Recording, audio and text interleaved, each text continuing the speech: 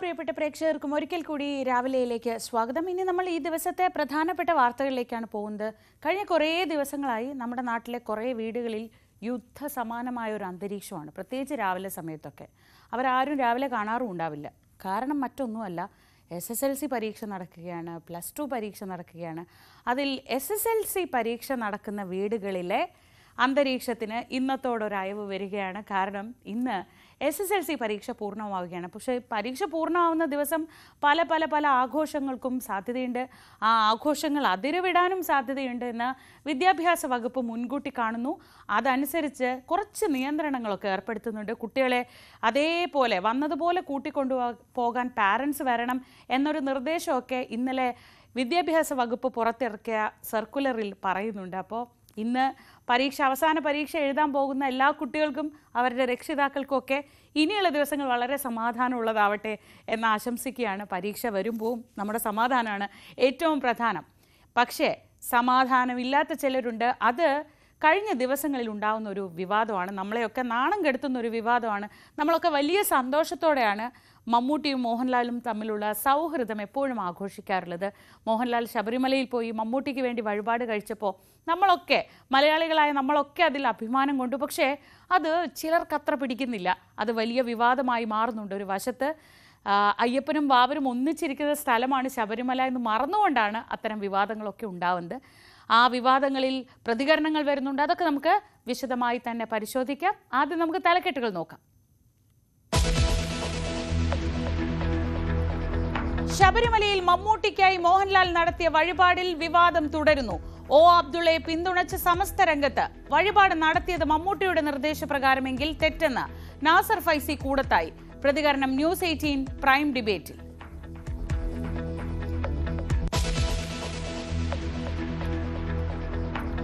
കൊടകര കുഴൽപ്പണ കേസിൽ BJPക്ക് ED clean chit നൽകിയത് ആയുധമാക്കാൻ CPM-ഉം കോൺഗ്രസും. ED രാഷ്ട്രീയം കളിക്കുന്നുവെന്ന് കോൺഗ്രസ്. യഥാർത്ഥ കള്ളനെ പിടിക്കാൻ ED തയ്യാറായില്ലെന്ന് കെ സുധാകരൻ.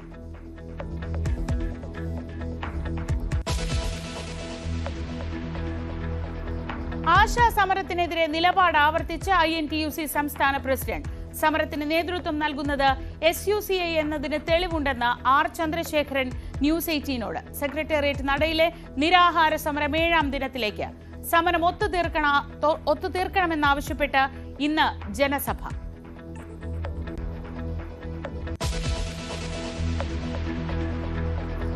SSLC പരീക്ഷ ഇന്ന് അവസാനിക്കും. ആഘോഷങ്ങൾ അതിരുവിടാതിരിക്കാൻ കർശന നിർദ്ദേശവുമായി വിദ്യാഭ്യാസ വകുപ്പ്. ആഘോഷങ്ങൾ നടക്കുന്നില്ല എന്ന് അധ്യാപകർ ഉറപ്പുവരുത്തണം. ആവശ്യമെങ്കിൽ പോലീസിന്റെ സഹായം തേടണമെന്നും നിർദ്ദേശം.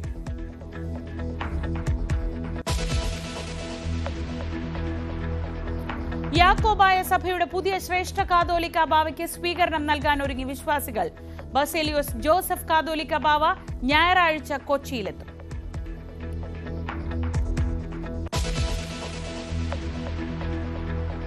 ലോകകപ്പ് ഫുട്ബോളിന് യോഗ്യത നേടിയ അർജന്റീന. നേട്ടം യുറുഗ്വായ് ബൊളീവിയ മത്സരം സമനിലയിലായതോടെ ബ്രസീലിനെതിരായ മത്സരത്തിൽ അർജന്റീന 3-1 മുന്നിൽ.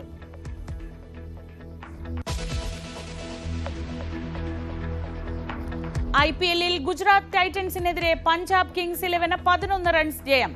42 പന്തിൽ 97 റൺസ് എടുത്ത് ശ്രേയസ് അയ്യർ. IPL ഇന്ന് Kolkata night Riders Rajasthan Royals പോരാട്ടം.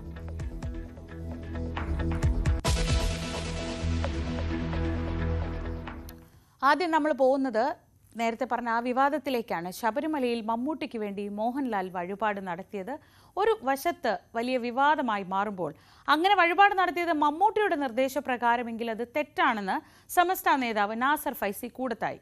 ന്യൂസ് 18 പ്രൈം ഡിബേറ്റിലായിരുന്നു നാസർ ഫൈസി കൂടത്തായിയുടെ പ്രതികരണം. പൂജ നടത്താൻ മമ്മൂട്ടി നിർദ്ദേശിക്കുമെന്ന് കരുതുന്നില്ലെന്നും നാസർ ഫൈസി കൂടത്തായി പറഞ്ഞു. അയാളുടെ അറിവോട് കൂടിയാണെന്നും ഞാനത് പറഞ്ഞിട്ടാണ് മോഹൻലാൽ വഴിപാട് നടത്തിയത് എന്നും മമ്മൂട്ടി പറയുന്ന പക്ഷം അത് വിമർശനാത്മകമാണ്, അത് പ്രതിഷേധാർഹമാണ്. മതപരമായ വിധിപ്രകാരം അതിന് പരിഹാരം കാണേണ്ടതാണ്. മമ്മൂട്ടി പറഞ്ഞ് ചെയ്യിപ്പിക്കുകയാണെങ്കിൽ, മമ്മൂട്ടി ഒരു ഇസ്ലാം മത വിശ്വാസിയാണെങ്കിൽ ഇസ്ലാം മതപ്രകാരം അത് തെറ്റാണ്. മമ്മൂട്ടി പറഞ്ഞു ചെയ്തതാണെങ്കിൽ, മമ്മൂട്ടിയുടെ അറിവോടെയാണെങ്കിൽ, മമ്മൂട്ടി ചെയ്തിട്ടുള്ള കാര്യമാണെങ്കിൽ, അത് മമ്മൂട്ടി ഇസ്ലാം മത വിശ്വാസിയാണെങ്കിൽ ഇസ്ലാം മത വിശ്വാസ പ്രകാരം അത് തെറ്റാണ്. MS അനീഷ് കുമാർ വിവരങ്ങളുമായി. അനീഷ്, ഇത് നാണക്കേടുള്ളൊരു വിവാദമാണ്. കാരണം നമ്മളൊക്കെ സിനിമാ പ്രേക്ഷകർ എന്ന നിലയ്ക്ക്, മമ്മൂട്ടിയുടെയും മോഹൻലാലിൻ്റെയും ഒക്കെ ആരാധകർ എന്ന നിലയ്ക്ക് നമ്മളൊക്കെ എപ്പോഴും വളരെ വളരെ അഭിമാനത്തോടെ പറയുന്നതാണ് മലയാളത്തിലെ ഏറ്റവും തിരക്കുള്ള, ഏറ്റവും സൂപ്പർ താരങ്ങൾ തമ്മിലുള്ള സൗഹൃദവും അവർ തമ്മിലുള്ള സ്നേഹവും ഒക്കെ. അതിൻ്റെ പുറത്താണ് മോഹൻലാൽ ശബരിമലയിൽ പോയപ്പോൾ അങ്ങനെ ഒരു വഴിപാട് കഴിച്ചത്. പക്ഷേ മതപരമായി അതൊരു വലിയ വിവാദമായി മാറുന്നുണ്ടോ, അതോ ഇതിൻ്റെ പുറത്തുള്ള ഒരു പ്രതികരണങ്ങൾക്കപ്പുറത്ത് ഇതിന് വലിയ പ്രസക്തിയില്ലേ?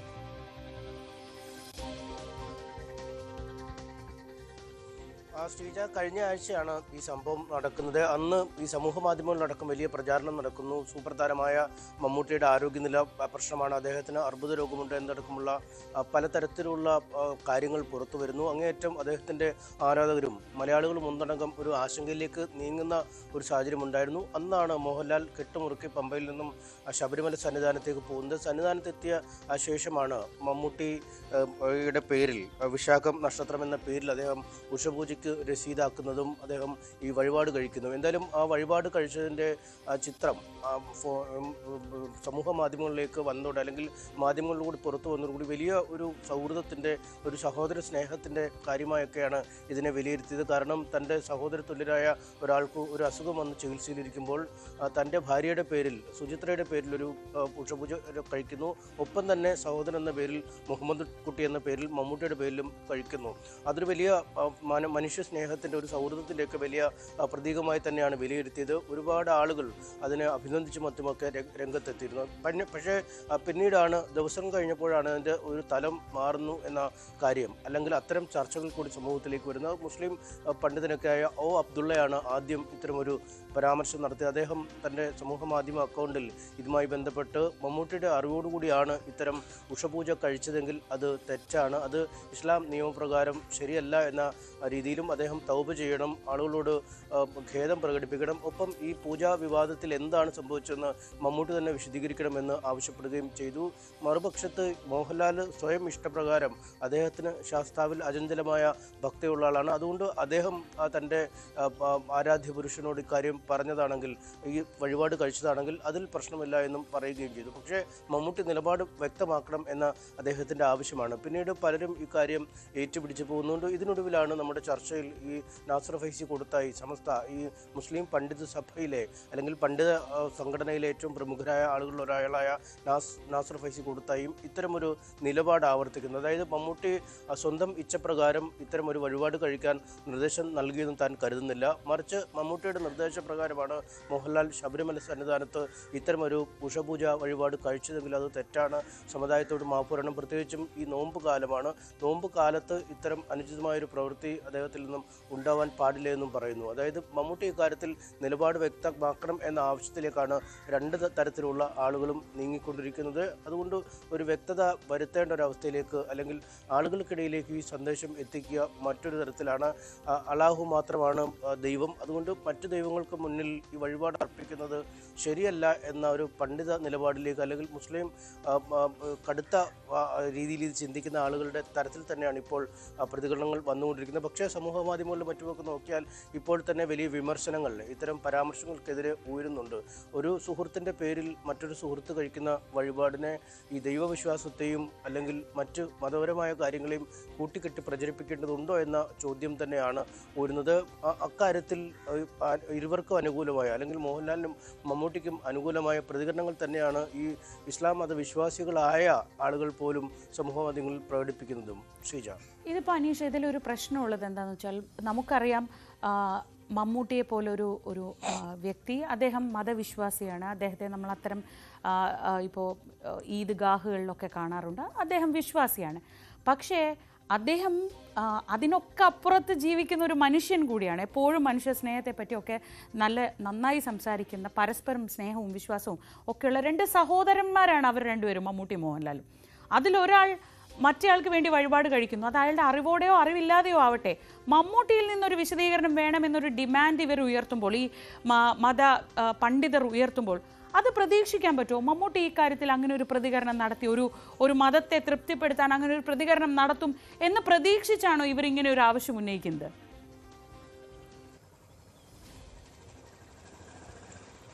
തീർച്ചയായും അത്തരമൊരു ആവശ്യം അവർ ഉന്നയിക്കുന്നുണ്ടായിരിക്കും. കാരണം വിശ്വാസത്തെ ഊട്ടിയുറപ്പിക്കുന്ന ഒരു പ്രസ്താവന മമ്മൂട്ടിയുടെ ഭാഗത്തു നിന്നും ഉണ്ടാവണമെന്നായിരിക്കും അവർ ആഗ്രഹിക്കുന്നത്. പക്ഷേ നമുക്കറിയാം, മമ്മൂട്ടിയെ സംബന്ധിച്ചിടത്തോളം അത്തരമൊരു പരാമർശത്തിലേക്ക് നീങ്ങുമെന്ന് നമുക്ക് ഈ ഘട്ടത്തിൽ കരുതാൻ കഴിയില്ല. അദ്ദേഹം കൃത്യമായി വിശ്വാസത്തിൽ അധിഷ്ഠിതമായി ജീവിക്കുന്ന ആളാണ്.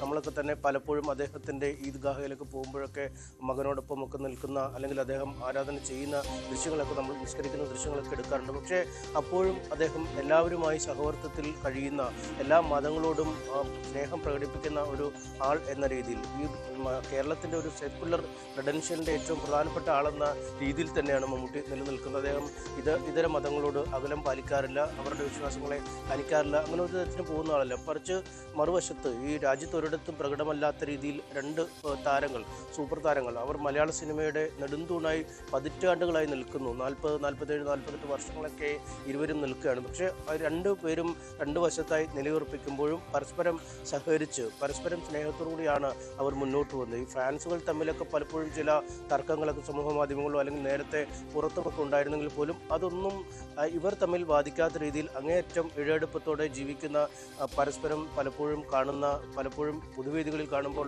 കെട്ടിപ്പിടിക്കുന്ന രണ്ടുപേരെ പറ്റി പരസ്പരം സംസാരിക്കുമ്പോൾ അങ്ങേയറ്റം ഹൃദയത്തിൽ നിന്നുള്ള വാക്കുകൾ കൊണ്ട് സംസാരിക്കുന്ന രണ്ട് ആളുകളാണ് അവർ. ഈ പുറത്തുള്ള ആളുകൾ തന്നെ പല സിനിമാ പ്രവർത്തകരൊക്കെ പലപ്പോഴും അഭിമുഖങ്ങളിലൊക്കെ പറയുന്നത് നമ്മൾ കേൾക്കാറുണ്ട്. ഇരുവരും തമ്മിലുള്ള ഈ ബന്ധം മാതൃകയാണ്. രണ്ട് തലത്തിൽ നിൽക്കുന്ന ആളുകൾ തമ്മിൽ പരസ്പരം ഒരു വിദ്വേഷവും പകയുമില്ലാതെ, രണ്ട് വിശ്വാസങ്ങളിൽ അധിഷ്ഠിതമായി ജീവിക്കുന്ന ആളുകൾ തമ്മിൽ ഒരു പകയും ഇല്ലാതെ ജീവിക്കുക എന്നത് തന്നെ വലിയ കാര്യമാണെന്ന് പറയുമ്പോഴാണ് ഇവിടെ മമ്മൂട്ടിയിൽ നിന്നും ഇത്തരം ഒരു വിശദീകരണം തേടുന്നത്. മമ്മൂട്ടിയുടെ ഏറ്റവും പ്രിയപ്പെട്ട സുഹൃത്താണ്. നമുക്കറിയാം, ഒരാൾ ആശുപത്രിയിൽ ചികിത്സയിൽ കഴിയുമ്പോൾ ബന്ധുക്കളായ ആളുകൾ, സുഹൃത്തുക്കളായ ആളുകളൊക്കെ അവരെ കൊണ്ട് ചെയ്യാൻ കഴിയുന്ന ഏറ്റവും വലിയ കാര്യം അവരവരുടെ വിശ്വാസങ്ങളിൽ അധിഷ്ഠിതമായി ആ വ്യക്തിക്ക് വേണ്ടി പ്രാർത്ഥിക്കുക എന്നത് മാത്രമാണ്. ആ വിശ്വാസികളെ സംബന്ധിച്ചിടത്തോളം അത് വലിയ കാര്യമാണ്. മറിച്ച് ഈ സമ്പത്തിനപ്പുറം ഈ മമ്മൂട്ടിയെ സംബന്ധിച്ചിടത്തോളം പണത്തിന് യാതൊരു കുറവുമില്ല. ലോകത്തെ ഏറ്റവും മെച്ചപ്പെട്ട ഏത് ചികിത്സയും അദ്ദേഹത്തിന് നൽകാൻ പ്രാപ്തമായ ഒരു സാമ്പത്തിക നില അദ്ദേഹത്തിനുണ്ട്. പക്ഷേ അതിനൊക്കെ അപ്പുറം വിശ്വാസത്തിൽ അധിഷ്ഠിതമായ പ്രാർത്ഥന ചെയ്യണമെന്ന് അദ്ദേഹത്തിൻ്റെ ഏറ്റവും അടുത്ത സുഹൃത്ത് പറയുമ്പോൾ ആ പ്രാർത്ഥന ചെയ്തത് മമ്മൂട്ടിയുടെ ആവശ്യപ്രകാരമാണോ എന്ന് പറയണമെന്ന് വാശി പിടിക്കുന്നത്, അല്ലെങ്കിൽ അദ്ദേഹം അക്കാര്യം ജനങ്ങളോട് തുറന്നു പറയണം, വിശ്വാസത്തിൽ അധിഷ്ഠിതമായ ആളുകളോട് അക്കാര്യം തുറന്നു പറയണമെന്ന് പറയുന്നത് തന്നെ അങ്ങേയറ്റം മോശമായ പ്രവണതയാണ്. എന്തായാലും ഇക്കാര്യത്തിൽ ഒരു മമ്മൂട്ടിയുടെ പ്രതികരണം ഉണ്ടാകുമെന്ന് നമുക്ക് കരുതാൻ കഴിയില്ല. അത് തള്ളിയോ കൊണ്ടോ അദ്ദേഹം ഒരു പ്രവർത്തനം അല്ലെങ്കിൽ അദ്ദേഹം ഒരു പ്രതികരണം നടത്താൻ ഉള്ള സാധ്യതകൾ നമുക്ക് ഈ ഘട്ടത്തിൽ ചൂണ്ടിക്കാണിക്കാൻ ഒരിക്കലുമില്ല. അതങ്ങനെ ആവശ്യപ്പെടുന്നത് തന്നെ ഒരു നമ്മളെ പോലെ ഒരു പരിഷ്കൃത സമൂഹത്തിന് ചേരുന്നതല്ല. നമുക്ക് പ്രിയപ്പെട്ടവർക്ക് വേണ്ടി പ്രാർത്ഥിക്കുക, അവർക്ക് വേണ്ടി എൻ്റെ വിശ്വാസം എന്താണോ ആ വിശ്വാസപ്രകാരം അവർ നന്നായിരിക്കാൻ വേണ്ടത് ചെയ്യുക എന്നതൊക്കെ മനുഷ്യന്മാർക്ക് മാത്രം ചെയ്യാൻ കഴിയുന്ന കാര്യങ്ങളാണ്. അത് ഏത് വിശ്വാസപ്രകാരമായാലും ഒരു മതവിശ്വാസവും ആരും അങ്ങോട്ടും ഇങ്ങോട്ടും വ്രണപ്പെടുത്തേണ്ട, വേദനിപ്പിക്കേണ്ട. പക്ഷേ ഒരാൾ മറ്റൊരാൾക്ക് വേണ്ടി സ്നേഹത്തോടെ കരുതലോടെ ഒരു കാര്യം ചെയ്താൽ അതിന് വിശദീകരണം വേണം. അത് ചെയ്ത ആൾ അല്ല, അതിനപ്പുറത്ത് ആർക്കു വേണ്ടിയാണോ ചെയ്തത് അയാൾ അതേക്കുറിച്ച് വിശദീകരിക്കണം എന്നൊക്കെ പറയുന്നത് ഇന്നത്തെ കാലത്തിന് എത്ര ചേരുന്നതാണ് എന്ന് ഈ പറയുന്നവർ ആലോചിക്കണം. അത് ഏത് മതമായാലും ശരി, ആ മതത്തിനപ്പുറത്താണ് മനുഷ്യന്മാർ തമ്മിലുള്ള സ്നേഹം എന്നത് നമ്മൾ ഓർത്തിരിക്കേണ്ട ഒരു കാലമാണിത്. അത്രയേറെ കലുഷിതമായൊരു കാലത്ത് ഇതൊക്കെയാണ് അങ്ങോട്ടും ഇങ്ങോട്ടും സ്നേഹത്തിൻ്റെ, സാഹോദര്യത്തിൻ്റെ സന്ദേശങ്ങൾ നൽകുന്ന കാര്യം. ഗ്രേസി ദേവസ് ചോദിക്കുന്നുണ്ട്, സ്നേഹിതന്മാർക്ക് വേണ്ടി പ്രാർത്ഥിക്കുന്നത് ജാതി, മതം ഇതൊക്കെ നോക്കിയാണോ? നമ്മുടെ ഈ യൂട്യൂബ് ചാറ്റിൽ സ്ഥിരം വരുന്ന ചില പേരുകളുണ്ട്. അതിൽ ഒരാൾ സുനിമോള് മറ്റൊരാളോട് ചോദിക്കുകയാണ്, ഗുരുവായൂർ പോയിരുന്നു, എനിക്ക് വേണ്ടി വഴിപാട് കഴിച്ചിരുന്നു എന്നൊക്കെ. ഇതൊക്കെ നമ്മൾ മനുഷ്യന്മാർക്കേ ചോദിക്കാൻ പറ്റുള്ളൂ, അല്ലാതെ മറ്റ് ജീവജാലങ്ങൾക്ക് ഇതൊന്നും അന്വേഷിക്കാൻ പറ്റില്ലല്ലോ. അപ്പോൾ എനിക്ക് വേണ്ടി നിങ്ങൾക്ക് ആർക്കെങ്കിലും പ്രാർത്ഥിക്കാൻ തോന്നുന്നുണ്ടെങ്കിൽ പ്രാർത്ഥിക്കണം. കാരണം അത് സ്നേഹത്തിൻ്റെ ഒരു മെസ്സേജാണ് എന്ന് മാത്രമാണ് ഈ സമയത്ത് പറയാനുള്ളത്. മറ്റ് പ്രധാനപ്പെട്ട വാർത്തകളിലേക്ക് കൂടി നമുക്കൊന്ന് പോകാം. കൊടകര കുഴൽപ്പണ കേസിൽ BJPക്ക് ED ക്ലീൻ ചിറ്റ് നൽകിയെങ്കിൽ അത് രാഷ്ട്രീയ ആയുധമാക്കാൻ ഒരുങ്ങുകയാണ് CPM-ഉം കോൺഗ്രസും. ED ഈ വിഷയത്തിൽ രാഷ്ട്രീയം കളിക്കുകയാണെന്ന് കോൺഗ്രസ് ആരോപിക്കുന്നു. യഥാർത്ഥ കള്ളനെ പിടിക്കാൻ ED തയ്യാറായില്ല എന്നാണ് KPCC അധ്യക്ഷൻ K. സുധാകരന്റെ പ്രതികരണം. BJPയെ സഹായിക്കാനാണ്, BJPയെ സഹായിക്കുന്ന ഉത്തരവാദിത്വമാണ് ഈ ഏജൻസിക്കുള്ളത്. അവർ ഇന്ന് വരെ യഥാർത്ഥ കള്ളന്മാരാരാണെന്ന് പറഞ്ഞിട്ടുമില്ല, കള്ളന്മാരെ പിടിക്കാൻ ശ്രമിച്ചിട്ടുമില്ല. എല്ലാ കാലത്തും BJPയെ സംരക്ഷിക്കാൻ സാധിക്കുന്ന ഒരു സാഹചര്യം സൃഷ്ടിക്കുകയാണ് എന്നും ഇവർ ചെയ്തിട്ടുള്ളത് എന്നത് ചരിത്രം നമ്മുടെ മുമ്പിലുണ്ട്. ഡാനി പോൾ വിവരങ്ങളുമായി കൊച്ചിയിൽ നിന്ന്. ഡാനി, കൊടകര കുഴൽപ്പണക്കേസിൽ പോലീസിന്റെ കണ്ടെത്തലുകൾ എന്തൊക്കെയാണോ അത് മുഴുവൻ തള്ളിക്കൊണ്ട് ഇ ഡിയുടെ കുറ്റപത്രം വരുമ്പോൾ അത് രാഷ്ട്രീയമായി വലിയ ആയുധമാവും എന്ന് ഉറപ്പാണ്. കാരണം ഇ ഡിയെ ഉപയോഗിച്ച് തങ്ങളെ ആക്രമിക്കുന്നു എന്ന് പറയുന്നവരാണ് CPM-ഉം കോൺഗ്രസും ഒക്കെ. അപ്പോൾ BJP-ക്ക് വേണ്ടി അല്ല ഈ പണം എത്തിച്ചത് എന്ന് ഇ ഡി പറയുമ്പോൾ അതെന്തായാലും ഒരു വലിയ രാഷ്ട്രീയ വിവാദത്തിലേക്ക് പോകും. അതിൻ്റെ ആദ്യ സൂചനകളല്ലേ ഇപ്പോൾ ഈ പ്രതികരണങ്ങളിൽ നിന്ന് ലഭിക്കുന്നത്?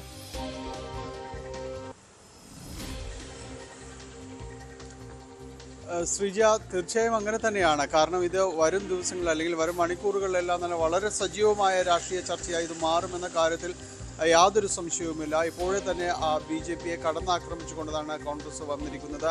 ഒപ്പം തന്നെയും ഈ CPM-ഉം എല്ലാവരും തന്നെയും ഇതിനോട് ചേർന്നത് തന്നെയാണ് പ്രതികരണങ്ങൾ ഉണ്ടായിരിക്കുന്നത്. അത് പ്രധാനമായും തന്നെയും BJP-യെ സംരക്ഷിക്കുക എന്നൊരു രാഷ്ട്രീയ ദൗത്യം ഏറ്റെടുത്തുകൊണ്ട് ED കടന്നു വന്നു എന്ന രീതിയിലാണ് ഇപ്പോൾ ആരോപണം ഉയരുന്നത്. ഇവിടെ സംസ്ഥാന പോലീസ്, കേരള പോലീസ് അന്വേഷിച്ച് കണ്ടെത്തിയ കാര്യങ്ങൾ അതിന് ഘടകവിരുദ്ധമായി തന്നെയാണ് ED പോയിരിക്കുന്നത്. അല്ലെങ്കിൽ അത്തരമൊരു റിപ്പോർട്ട് യാതൊരു രീതിയിലും പരിഗണിക്കാതെയാണ് ED മുന്നോട്ട് പോയത്. കൊടകര കുഴൽപ്പണ കേസുമായി ബന്ധപ്പെട്ടുകൊണ്ട് സംസ്ഥാന പോലീസ് ഇത് BJP-ക്ക് കൊണ്ടുവന്ന തെരഞ്ഞെടുപ്പ് ഫണ്ട് ആണ് എന്ന് ആവർത്തിച്ച് പറയുന്ന രീതിയിൽ അല്ലെങ്കിൽ അടിവരയിട്ട് പറയുന്ന രീതിയിലേക്ക് അവരുടെ അന്വേഷണം എത്തിയിരുന്നു. ഇങ്ങനെ കൊണ്ടുവന്ന പണം അത് എവിടെ നിന്ന് സമാഹരിച്ചതാണെന്ന് അവരുടെ ഒരു ഈ മൊബൈൽ ട്രാക്ക് സംവിധാനം വഴി അവർ കടന്നു വന്ന വഴികൾ, കർണാടകയിൽ നിന്നാണ് ഇവർ എത്തിയത്, അവിടുത്തെ നേതാക്കളെ കണ്ട കാര്യങ്ങൾ, ഇതുമായി ബന്ധപ്പെട്ടുകൊണ്ട് ഇവർ ഇങ്ങോട്ട് വരുന്ന യാത്രകൾ, ഇതെല്ലാം തന്നെ വിശദമാക്കിയിരുന്നു. ധർമ്മരാജൻ ഇതിൽ അന്ന് കണ്ടെത്തിയ ആൾ, ഈ പണം കൊടുത്തുവിട്ടാൽ ഇത് ഇയാൾ ബന്ധപ്പെട്ടവർ, ഇതെല്ലാം തന്നെ വിശദമാക്കിയിരുന്നു. പക്ഷേ അത് സംബന്ധിയായ കാര്യങ്ങൾ ഒന്നും തന്നെയും ED-യുടെ അന്വേഷണത്തിലേക്ക് വന്നിട്ടില്ല എന്നതാണ് വിചിത്രം. ED പറയുന്നത് ഇത് ഒരു ഹൈവേ റോബറി എന്ന രീതിയിൽ മാത്രമാണ് ഇതിനെ കാണുന്നത്. അതിനുശേഷം സംഭവിച്ച കാര്യങ്ങൾ, ഈ പണം പിന്നീട് എന്താണ് ചെയ്യാൻ ഉദ്ദേശിച്ചത്, അത്തരം കാര്യങ്ങളാണ് കണ്ടെത്തുകയും അതോടൊപ്പം തന്നെ ഇതുവരെയും കേരള പോലീസ് ചെന്നിട്ടില്ലാത്തത് ഈ പണം എന്തിനു വേണ്ടി കൊണ്ടുവന്നു എന്ന് പറയുമ്പോൾ ഇവർ അത് സമർത്ഥിക്കുന്നത് അത് ആലപ്പുഴയിലേക്ക് അവിടെ ഒരു പ്രോപ്പർട്ടി വാങ്ങാൻ, തിരുവിതാംകൂർ പാലസ് എന്നൊരു പ്രോപ്പർട്ടി വാങ്ങാൻ കൊണ്ടുവന്നു. അത് കേരള പോലീസിൻ്റെ അന്വേഷണത്തിലേക്ക് വന്നിട്ടുണ്ടായിരുന്നില്ല എന്നതാണ് ചൂണ്ടിക്കാണിക്കുന്നത്. തങ്ങൾ അതാണ് കണ്ടെത്തിയത്, അതിനുവേണ്ടി കൊണ്ടുവന്ന പണമാണ്, ആ പണത്തിൻ്റെ ഉറവിടം കൃത്യമായി ധർമ്മരാജൻ വ്യക്തമാക്കിയതാണ് എന്നതെല്ലാം തന്നെ പറയുന്ന കൗതുകമാണ് ED-യുടെ കുറ്റപത്രത്തിൽ ഉള്ളത്. എന്തായാലും ഇതൊരു വലിയ രാഷ്ട്രീയ ചർച്ചയിലേക്ക് എല്ലാം തന്നെ പോയിരിക്കുന്നു. സുധാകരൻ തന്നെ ഇതിനോട് പ്രതികരിച്ചിരിക്കുന്നു. ED സംരക്ഷകരായി, BJP-യെ സംരക്ഷകരായിട്ടാണ് വന്നിരിക്കുന്നത് എന്ന ഒരു ആരോപണം ഉയർന്നു വരികയും ചെയ്യുകയാണ്. കോൺഗ്രസ് വളരെ ശക്തമായ രീതിയിലാണ് ഇതിനോട് പ്രതികരിച്ചിരിക്കുന്നത്. ഇതിൽ നേരത്തെയും തന്നെയും ED അന്വേഷണത്തിലേക്ക് വരുമ്പോൾ പൊതുവെ പറഞ്ഞിരുന്നത് അത് കൃത്യമായി വസ്തുതകൾ മറച്ചുവെക്കാൻ വേണ്ടി തന്നെയാണ് ED-യെ കൊണ്ടുവരുന്നത്. അത് BJP-യെ വെള്ളപൂശുന്ന ഒരു ദൗത്യമാണ് അവർക്കുള്ളത് എന്നതെല്ലാം തന്നെ BJP-ക്കെതിരെ പറഞ്ഞിരുന്നു. കോൺഗ്രസും CPM എല്ലാം ഒരേ സ്വരത്തിൽ തന്നെ പറഞ്ഞിരുന്നതാണ്, ഇടതുപക്ഷ കക്ഷികളെല്ലാം തന്നെ. അത് ശരിവയ്ക്കുന്ന രീതിയിൽ തന്നെയാണ് ഇപ്പോൾ കുറ്റപത്രം വന്നിരിക്കുന്നത്. മറ്റൊരു വശങ്ങളിലേക്കും ഇത് ചെന്നെത്താതെ കൃത്യമായ രീതിയിൽ തന്നെ ED ഒരു കുറ്റപത്രം സമർപ്പിച്ചിരിക്കുന്നു. ആ പണത്തിന് ഒരു കൃത്യമായ ഒരു സാധൂകരണം അവർ കണ്ടെത്തിയിരിക്കുന്നു എന്നതാണ് അതിലെ വിചിത്രം. ഏതായാലും കുറ്റപത്രം സമർപ്പിക്കപ്പെട്ടു. ഇനി അതിൻ്റെ ഒരു തുടർ നടപടികൾ എന്ന രീതിയിലേക്ക് ഉണ്ടാകും. 23 പ്രതികൾ ഈ കേസുമായി ബന്ധപ്പെട്ടുണ്ട്. അത് ഒരു ഭാഗത്ത് നടക്കുമ്പോൾ വരുന്ന സമയങ്ങളിൽ ഏറ്റവും വലിയ രാഷ്ട്രീയ ചർച്ചയായി മാറാൻ തന്നെയാണ് ഈ കൊടകര കുഴൽപ്പണ കേസിൽ ED-യുടെ കുറ്റപത്രമുള്ളത്. ശ്രീജ, ED രാഷ്ട്രീയം കളിക്കുന്നു എന്നാണ് കോൺഗ്രസ് പറയുന്നത്. പക്ഷെ അപ്പോഴും ഡാൻ ഈ പറയുന്നത് പോലെ സംസ്ഥാന പോലീസ് അന്വേഷിച്ച് കണ്ടെത്തിയ കുറേ കാര്യങ്ങളുണ്ടായിരുന്നു. അതിലേക്ക് ഒന്നും കടന്നു ചെല്ലാതെ ഇത് ഒരു ഹൈവേ റോബറി മാത്രമാണ് എന്ന നിലയ്ക്ക് ED ഒരു നിഗമനത്തിലേക്ക് എത്തിയാൽ അവിടെ പ്രധാനപ്പെട്ട ചില മൊഴികളുണ്ട്. പ്രത്യേകിച്ച് BJP-യുടെ തന്നെ ഓഫീസിൻ്റെ ചുമതല ഉണ്ടായിരുന്ന ആളടക്കം നൽകിയ മൊഴികളൊക്കെ അവിടെ നിൽക്കുകയാണ്. അത്തരം മൊഴികളെ ഒന്നും പരിഗണിക്കാതെയാണ് ഇങ്ങനൊരു നിഗമനത്തിലേക്ക് ED എത്തിയിരിക്കുന്നതെന്നാണോ?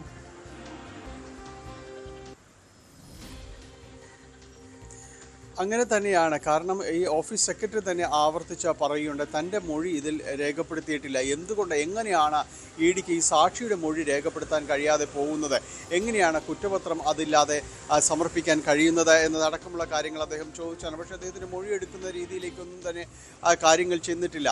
അതോടൊപ്പം തന്നെ അദ്ദേഹം നടത്തിയ വെളിപ്പെടുത്തലുകളുണ്ട്. ഇത് BJP ഓഫീസിലേക്ക് ചാക്കിൽ കെട്ടിയാണ് പണം കൊണ്ടുവന്നത്.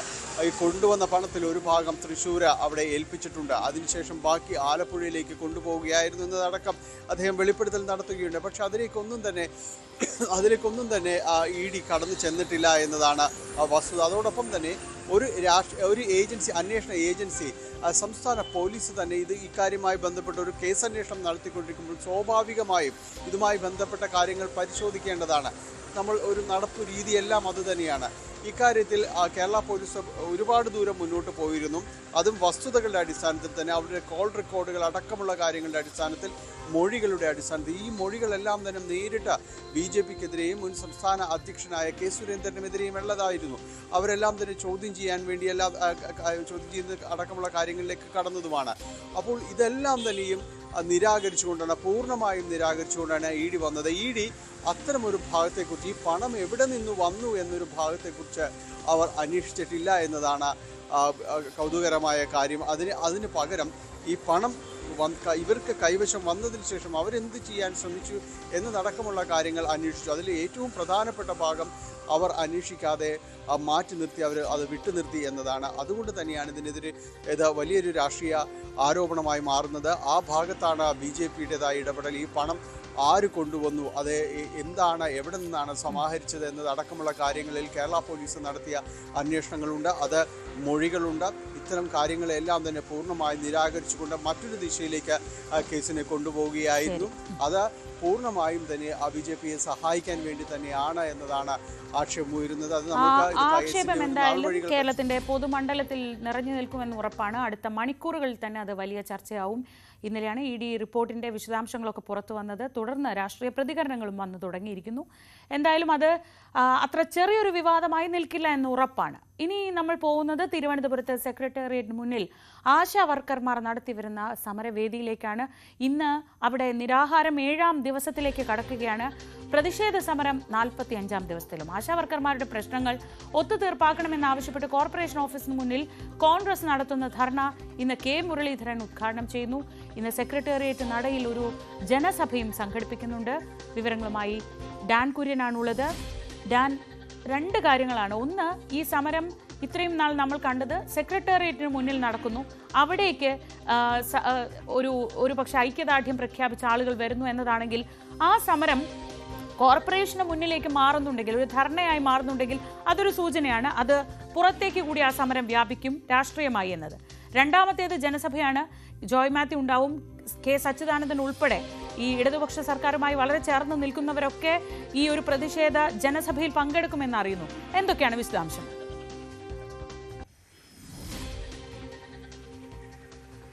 തീർച്ചയായിട്ടും, അതായത് 7ാം ദിവസത്തിലേക്ക് അനിശ്ചിതകാല നിരാഹാര സമരം കടക്കുകയാണ്. ഇന്നലെ ആരോഗ്യനില വഷളായതിനെ തുടർന്ന് ഒരു ആശാപ്രവർത്തകയെ ജനറൽ ആശുപത്രിയിലേക്ക് പോലീസ് തന്നെ എത്തി അവരുടെ ആംബുലൻസിൽ ആശുപത്രിയിലേക്ക് മാറ്റുന്ന സാഹചര്യമുണ്ടായിരുന്നു. പകരം മറ്റൊരു ആശാപ്രവർത്തക നിരാഹാര സമരത്തിൻ്റെ ഭാഗമായിട്ടുണ്ട്. അങ്ങനെ 3 പേരാണ് ഈ അനിശ്ചിതകാല നിരാഹാര സമരത്തിൻ്റെ ഭാഗമായി ഇപ്പോൾ സെക്രട്ടേറിയറ്റ് നടയിൽ നിരാഹാരം അനുഷ്ഠിക്കുന്നത്. സമരം കടുപ്പിക്കുമ്പോഴും സർക്കാർ സമീപനത്തിൽ മാറ്റമുണ്ടാകാനുള്ള സാധ്യത നന്നേ കുറവാണ് എന്ന തരത്തിലുള്ള സൂചനകളാണ് പുറത്തു വരുന്നത്. ഒരു തരത്തിലുള്ള ഒരു ഒത്തുതീർപ്പിനും വഴങ്ങേണ്ടതില്ല എന്നൊരു നിലപാടിലേക്ക് മുഖ്യമന്ത്രിയുടെ ഓഫീസ് കൂടി എത്തുകയാണ് എന്ന സൂചന കൊണ്ടുണ്ട്. അവരതിന് പറയുന്ന പ്രധാനപ്പെട്ട ഒരു ആക്ഷേപം SUC ആണ് ഈ സമരത്തിന് നേതൃത്വം നൽകുന്നത്. അതുകൊണ്ട് SUCയുടെ സമരത്തിന് മുൻപിൽ സർക്കാർ മുട്ടുമടക്കേണ്ടതില്ല. സമാന ആവശ്യം ഉന്നയിച്ചുകൊണ്ട് നിരവധി അസംഘടിത വിഭാഗങ്ങൾ ഇനി സെക്രട്ടേറിയറ്റ് പടിക്കലേക്ക് എത്തിയാൽ അത് വലിയ തരത്തിൽ ഭരണ കേന്ദ്രങ്ങൾക്ക് തലവേദനയായി മാറും. അതുകൊണ്ട് അങ്ങനെയൊരു ഒത്തുതീർപ്പിന് വഴങ്ങേണ്ടതില്ല എന്നൊരു നിലപാടിലാണ് സർക്കാർ എന്ന വിവരങ്ങളാണ് പുറത്തു വരുന്നത്. പക്ഷേ ആശമാർക്ക് ഓണറേറിയം വർദ്ധിപ്പിച്ച് നൽകുന്ന കാര്യത്തിൽ ഏറെക്കുറെ ധാരണയായിട്ടുണ്ട്. അതിൻ്റെ ക്രെഡിറ്റ് ഒരിക്കലും SUC എന്ന സംഘടനയ്ക്ക് പോകാതിരിക്കാനുള്ള ഒരു ജാഗ്രത സർക്കാരിൻ്റെ ഭാഗത്തു നിന്നുണ്ടാകുന്നു. അതുകൊണ്ട് തന്നെയാണ് ഈ സമരം ഇങ്ങനെ പോകുമ്പോൾ ഈ ശമ്പളം അല്ലെങ്കിൽ ഓണറേറിയം വർദ്ധിപ്പിച്ച് നൽകിയാൽ അത് സമരത്തിന്റെ വിജയമായി മാറുന്ന ഒരു പശ്ചാത്തലം വരുമെന്നൊരു കണക്ക് കൂട്ടലിലാണ് അത് പ്രഖ്യാപിക്കാൻ വൈകുന്നത് എന്ന വിവരങ്ങൾ കൂടി ഈ ഘട്ടത്തിൽ പുറത്തു വരുന്നുണ്ട്. അതിനിടയിലാണ് കോൺഗ്രസ് ഈ സമരം പുറത്തേക്ക് കൂടി വ്യാപിപ്പിക്കുന്നതിന്റെ ഭാഗമായി ഇന്ന് കോർപ്പറേഷൻ ഓഫീസിന് മുന്നിൽ രാവിലെ 10:30 മുതിർന്ന നേതാവ് കെ മുരളീധരൻ ഉദ്ഘാടനം ചെയ്യുന്ന ഒരു ധർണ സംഘടിപ്പിച്ചിരിക്കുന്നത്. ഈ സമരം ഒത്തുതീർപ്പാക്കണം, അടിയന്തരമായി ആശമാരുടെ പ്രശ്നത്തിൽ ഇടപെടണം സർക്കാർ എന്ന ആവശ്യം ഉന്നയിച്ചുകൊണ്ടാണ് ധർണ നടക്കുന്നത്. സമാനമായ തരത്തിലാണ് ജോയ് മാത്യു ഉൾപ്പെടെയുള്ളവർ പങ്കെടുക്കുന്ന ജനസഭ ആശമാരുടെ സമരം ഒത്തുതീർപ്പാക്കണമെന്ന് ആവശ്യപ്പെട്ടുകൊണ്ട് സെക്രട്ടേറിയറ്റ് നടയിൽ രാവിലെ 10 മണിക്ക് നടക്കുക. ശരി, ഡാൻ കുര്യനാണ് വിവരങ്ങൾ നൽകിയത് തിരുവനന്തപുരത്ത് നിന്ന്. അതിനിടെ ഈ ആശാസമരത്തിനെതിരായ നിലപാട് ആവർത്തിക്കുകയാണ് INTUC സംസ്ഥാന പ്രസിഡന്റ് R ചന്ദ്രശേഖരൻ. ആശമാരുടെ പേര് പറഞ്ഞ് സമരത്തിന് നേതൃത്വം നൽകുന്നത് SUCI ആണെന്നതിന് തെളിവുണ്ടെന്ന് ചന്ദ്രശേഖരൻ ന്യൂസ് 18നോട് പ്രതികരിച്ചു. ആശമാർക്ക് ഓണറേറിയം വർദ്ധിപ്പിക്കണമെന്നല്ല, ജോലിയിൽ സ്ഥിരം നിയമനം നൽകണമെന്നാണ് നിലപാടെന്ന് ചന്ദ്രശേഖരൻ പറഞ്ഞു. സെക്രട്ടേറിയറ്റ് നടയിൽ 2 അനിശ്ചിതകാല സമരങ്ങൾ പുരോഗമിക്കുകയാണ്. ഒരു വശത്ത് 44 ദിവസം പിന്നിടുന്ന ആശാ വർക്കർമാരുടെ സമരം, മറുവശത്ത് അംഗൻവാടി അധ്യാപകരുടെ നേതൃത്വത്തിൽ INTUC നേതൃത്വം നൽകുന്ന സമരം. ഈ ഘട്ടത്തിൽ INTUCയുടെ സംസ്ഥാന അധ്യക്ഷൻ കൂടിയായ R ചന്ദ്രശേഖരൻ എന്നോടൊപ്പം ചേരുന്നു. 2 സമരങ്ങൾ നടക്കുകയാണ്. പക്ഷേ INTUCയുടെ ഭാഗത്ത് നിന്ന് ആശാ വർക്കർമാരുടെ സമരത്തോട് ഐക്യദാർഢ്യം പ്രഖ്യാപിക്കാത്ത ഒരു സാഹചര്യമുണ്ട്. ഇതിന് കാരണം എന്താണ്? ഓരോ സംഘടനയ്ക്കും അവരുടേതായ നിലപാടുകളുണ്ട്. ഓരോ സംഘടനയ്ക്കും അവരുടേതായ കമ്മിറ്റികളും ജനറൽ ബോഡികളുമുണ്ട്. ആ സംഘടനയുടെ തീരുമാനപ്രകാരമാണ് ആ സംഘടന സമരത്തിന് വരുന്നത്. ഏതെങ്കിലും ഒരു സംഘടന സമരം ചെയ്യുമ്പോൾ ആ സമരത്തിലേക്ക് മറ്റൊരു സംഘടന ചെല്ലണമെങ്കിൽ ഒന്നുകിൽ ആ സംഘടന മറ്റുള്ളവരോട് കൂടി ആലോചിക്കണം, അല്ലെങ്കിൽ അവരോട് ആവശ്യപ്പെടണം. ദേശീയ തലത്തിൽ നരേന്ദ്രമോദി സർക്കാരിനെ എതിർക്കുന്ന ഇന്ത്യയിലെ തൊഴിലാളി സംഘടനകളുടെ കോർഡിനേഷൻ കമ്മിറ്റിയുണ്ട്, ദേശീയ coordination committee of trade unions. അതിന്റെ കേരളത്തിന്റെ ചെയർമാൻ ഞാനാണ്. ഈ പറഞ്ഞ SUC സംഘടനയുമായി ബന്ധപ്പെട്ട ആൾ ഇന്ത്യ UTUC, ആ സംഘടന ഞങ്ങളുടെ സംയുക്ത ട്രേഡ് യൂണിയനിലെ ഒരു അംഗമാണ്. തീർച്ചയായിട്ടും ഇതുപോലൊരു സമരം ആരംഭിക്കുമ്പോൾ അവരുടെ ഡിമാൻഡുകൾ എന്താണ്, ആ സമരം എങ്ങനെയാണ് ഉദ്ദേശിക്കുന്നത്, എങ്ങനെയൊക്കെയാണ് അവർ ഡിമാൻഡുകൾ ഉയർത്തിയിട്ടുള്ളത്, ഇതൊക്കെ ഒന്നുകിൽ സംസ്ഥാന കോർഡിനേഷൻ കമ്മിറ്റി ചർച്ച ചെയ്യേണ്ടതായിരുന്നു. അല്ലെങ്കിൽ കുറഞ്ഞപക്ഷം ഓരോ സംഘടനകൾക്കൊരു കത്തെങ്കിലും കൊടുത്തുകൊണ്ട് ഞങ്ങളിങ്ങനെ ഒരു വിഷയം ഉന്നയിക്കുന്നുണ്ട്, അതിന് നിങ്ങളുടെ സഹായ സഹകരണങ്ങൾ ഉണ്ടാകണമെന്ന് പറയാം. ഇതുവരെ അങ്ങനെ ചർച്ച വന്നിട്ടില്ല. പക്ഷേ ഇതൊരു പൊതുസമൂഹം ഏറ്റെടുത്ത ഒരു സാഹചര്യമുണ്ട്. കാരണം ഇവിടേക്ക് നിരവധി സമൂഹത്തിന്റെ നാനാ തലങ്ങളിലുള്ളവർക്ക് ഐക്യദാർഢ്യം പ്രഖ്യാപിച്ചെത്തുകയാണ്. സർക്കാർ മറിച്ചൊരു നിലപാട് തുടരുമ്പോൾ അല്ല, ഇതിനൊരു പൊതുസംഘടനകൾ, രാഷ്ട്രീയ പ്രസ്ഥാനങ്ങൾ, അവർക്ക് ഇത്തരത്തിലുള്ള പ്രതിഷേധ സമരങ്ങൾ, ജനകീയ സമരങ്ങൾ അവർ പിന്തുണയ്ക്കുക സ്വാഭാവികമാണ്. ഇത് ജനകീയ സമരമാണെന്ന് INTUC ഉറപ്പിക്കുന്നു. അല്ല, ജനങ്ങളുടെ ആവശ്യമാണ്. ജനം എന്ന് പറഞ്ഞാൽ ഈ ആശാ വർക്കർ ജനത്തിന്റെ ഭാഗമല്ലേ. അവരുടെ സമരത്തിന് യാതൊരു വിധത്തിലും ഒരു ദിവസം പോലും ഒന്നും എതിരായി പറയാത്ത ഒരാളാണ് ഞാൻ. പക്ഷേ അതൊരു സംഘടന നടത്തുന്ന സമരമാണെന്നുള്ള ഒരു ദിശാബോധം നിങ്ങൾക്കും ഉണ്ടാവണം. INTUC പ്രഖ്യാപിച്ചൊരു സമരത്തിൽ ഞങ്ങൾ സമരം ചെയ്യും. അതിലേക്ക് ഞങ്ങൾ ആവശ്യപ്പെടാതെ വേറൊരു സംഘടന വന്നു കയറില്ല. അത് കൃത്യമായിട്ട് മനസ്സിലാക്കും. പക്ഷേ SUCI ആരോപണം നിഷേധിച്ചിരിക്കുകയാണ്. അവരല്ല അതിന് നേതൃത്വം നൽകുന്നത്. ഇതൊരു സ്വതന്ത്ര ട്രേഡ് യൂണിയനാണ് ഈ സമരം നയിക്കുന്നതെന്നാണ് പറയുന്നത്. അതിന് ഞാനിപ്പോൾ എന്റെ കയ്യിൽ നിരവധി റെക്കോർഡുകളുണ്ട്. SUCI കമ്മ്യൂണിസ്റ്റ് എന്ന ബോർഡ് വെച്ചുകൊണ്ട് ഈ സമരത്തിൽ ഇപ്പം നിങ്ങൾ തിരിച്ചു പോകുമ്പോഴായാലും വർഷങ്ങളായി, ദശാബ്ദങ്ങളായി നമ്മൾ കാണുന്ന ചില പാറ്റേണുകളുണ്ട്, ചില സിംബോളിക് പ്രകടനങ്ങളുണ്ട്, കറുപ്പും ചുമപ്പും ഒക്കെ രേഖപ്പെടുത്തുന്നത്. അതൊക്കെ ഞങ്ങളൊന്നും പുതിയ ആളുകളല്ല, അറിയാത്തവരല്ല ഇതൊന്നും.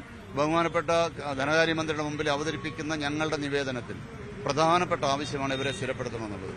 ഓണറേറിയം ഒരിക്കലും ഞങ്ങൾ ചോദിക്കാറില്ല. ഓണറേറിയം എന്ന് പറയുന്ന ഒരു തെറ്റായ ഡിമാൻഡാണ്. ഓണറേറിയം അല്ല വേണ്ടത്. UDF കൺവീനർ MM ഹസൻ ഇവിടെ എത്തിയിരുന്നു. അദ്ദേഹം പറഞ്ഞത് ഈ സമരത്തെ തള്ളി പറയുന്നവർ കരിങ്ങാലികളാണെന്നാണ്. അദ്ദേഹം പരിണതപ്രജ്ഞനായ ഒരു വലിയ നേതാവാണ്. MLAയും മന്ത്രിയും ഒക്കെ ആയിരുന്ന ഒരാളാണ്. അദ്ദേഹത്തിന്റെ എല്ലാ വികാരങ്ങളും നമ്മൾ ബഹുമാനിക്കുന്ന ആളാണ്. പക്ഷേ അദ്ദേഹം ഞങ്ങളോട് സംസാരിക്കുമ്പോൾ ഞങ്ങളുടെ അഭിപ്രായം ഞങ്ങൾ പറയും. അപ്പോൾ വളരെയധികം നന്ദി നിലപാട് വ്യക്തമാക്കിയത്. ക്യാമറമാൻ ബിബിൻ മുരളിക്കൊപ്പം ഡാൻ കുര്യൻ, ന്യൂസ് 18. നേരത്തെ തുടക്കത്തിൽ പറഞ്ഞതുപോലെ സംസ്ഥാനത്ത് കുറേ വീടുകളിൽ ഇന്ന് സമാധാനത്തിൻ്റെ അന്തരീക്ഷം തിരികെ വരുന്ന ദിവസമാണ്. അത് SSLC +2 പരീക്ഷകൾ ഇന്ന് അവസാനിക്കുന്ന സാഹചര്യത്തിലാണ്. പരീക്ഷ കഴിയുന്നതിൻ്റെ ആഘോഷങ്ങൾ പക്ഷേ അതിരുവിടാതിരിക്കാൻ വിദ്യാഭ്യാസ വകുപ്പ് വളരെ കരുതലിലാണ്. സ്കൂളുകളിൽ ആഘോഷങ്ങൾ വിലക്കി സർക്കുലർ പുറത്തിറക്കി. ആഘോഷങ്ങൾ നടക്കുന്നില്ലെന്ന് അധ്യാപകർ ഉറപ്പുവരുത്തണം. ആവശ്യമെങ്കിൽ പോലീസിൻ്റെ സഹായം തേടണമെന്നും നിർദ്ദേശമുണ്ട്. ഡാൻ കുര്യൻ വിവരങ്ങളുമായി. ഡാൻ, നമ്മളൊക്കെ 10ഉം +2 ഒക്കെ പരീക്ഷ കഴിഞ്ഞപ്പോൾ വലിയ ആഘോഷങ്ങളൊക്കെ നമ്മളും നമ്മുടേതായ രീതിയിൽ സംഘടിപ്പിക്കുകയൊക്കെ ചെയ്തിരുന്നു. പക്ഷേ ഇപ്പോഴത്തെ സാഹചര്യം അതല്ല. കഴിഞ്ഞ കുറേ ദിവസങ്ങളായി വരുന്ന വാർത്തകളൊക്കെ ഫെയർവെൽ പാർട്ടിയൊക്കെ എങ്ങനെ അക്രമത്തിലേക്ക് പോകുന്നു എന്നൊക്കെയാണ്. അപ്പോൾ ആ സാഹചര്യത്തിലാണ് നമ്മുടെ കുട്ടികൾക്ക് ഇങ്ങനെ ഒരു ആഘോഷത്തിനുള്ള ഒരു അവസരം നിഷേധിക്കുന്നത്. പക്ഷേ വളരെ കരുതൽ വേണ്ട ഒരു സമയം എന്ന നിലയ്ക്ക് എന്തൊക്കെയാണ് ഇപ്പോൾ വിദ്യാഭ്യാസ വകുപ്പ് നൽകുന്ന നിർദ്ദേശങ്ങൾ?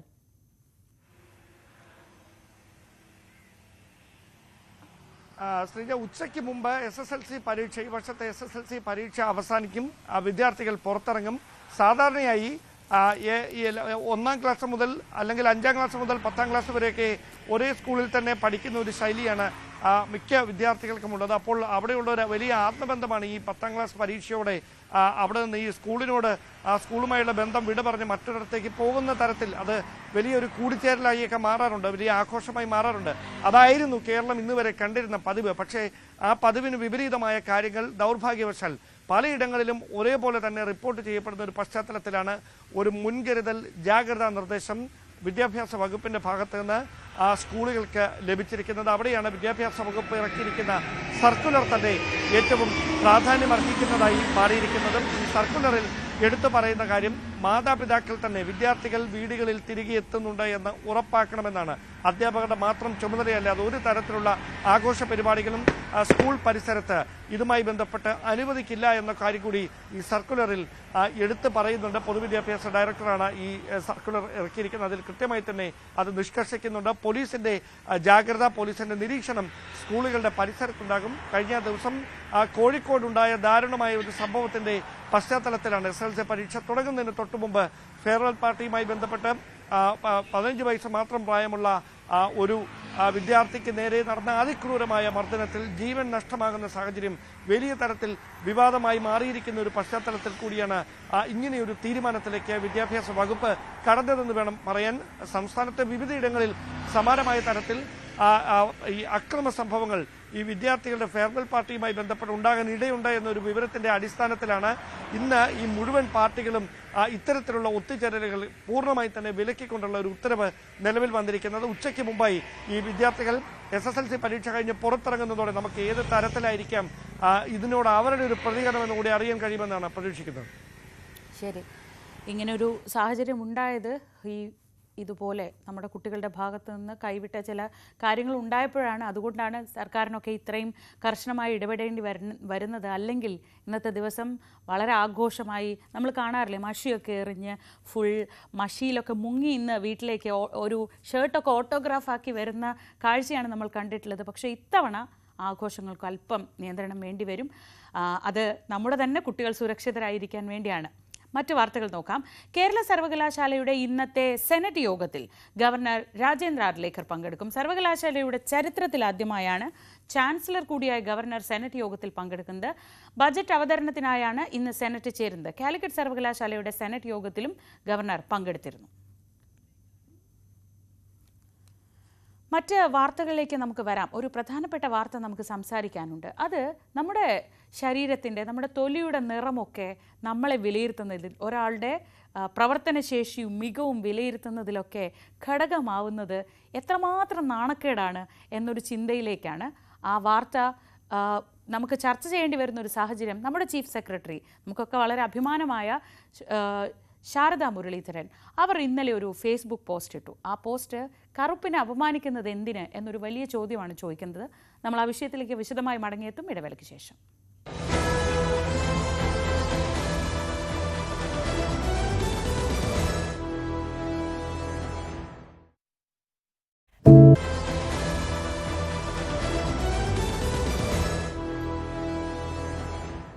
ഇനി നമ്മൾ പോകുന്നത് ആലപ്പുഴയിലേക്കാണ്. ആലപ്പുഴ കളക്ട്രേറ്റിൽ അയിത്താചരണം ഒന്ന് ആലോചിച്ച് നോക്കൂ. ഈ 2025 അയിത്ത ആചരണം നടക്കുന്നു എന്ന പരാതിയിൽ ആലപ്പുഴ ഡിവൈഎസ്പിയുടെ നേതൃത്വത്തിലുള്ള സംഘം ജീവനക്കാരുടെ മൊഴി ഉടൻ രേഖപ്പെടുത്തും. വകുപ്പ് തല അന്വേഷണം കൂടാതെയാണ് സംഭവത്തിൽ ഇപ്പോൾ പോലീസ് അന്വേഷണം നടക്കുന്നത്. വിവരങ്ങളുമായി ആലപ്പുഴയിൽ നിന്ന് ശരണ്യ സ്നേഹജൻ. ശരണ്യ, അത്രയാണ് ആദ്യം തുടക്കത്തിൽ പറയാനുള്ളത്. 2025 നമ്മൾ ആദ്യം ചർച്ച ചെയ്തത് ഒരു സുഹൃത്തിന് വേണ്ടി മറ്റൊരു സുഹൃത്ത് ഒരു വഴിപാട് കഴിച്ചതിനെ ചോദ്യം ചെയ്യുന്ന മനുഷ്യന്മാരെ കുറിച്ചാണ്. ഇപ്പോൾ ഇതാ അടുത്തത് ഈ കാലത്ത് കളക്ട്രേറ്റിൽ രഞ്ജിത്ത് എന്നൊരു യുവാവ് പരാതി നൽകുകയാണ്, ജോലി ചെയ്യാൻ പറ്റുന്നില്ല, തൊട്ടുകൂടായ്മ അല്ലെങ്കിൽ അയിത്തം ഒക്കെ നിലനിൽക്കുന്നുവെന്ന്. എന്താണ് ഈ പരാതിയുടെ പശ്ചാത്തലം? ഇപ്പോൾ ഏതൊക്കെ തരത്തിലാണ് ഇതിൽ അന്വേഷണം നടക്കുന്നത്?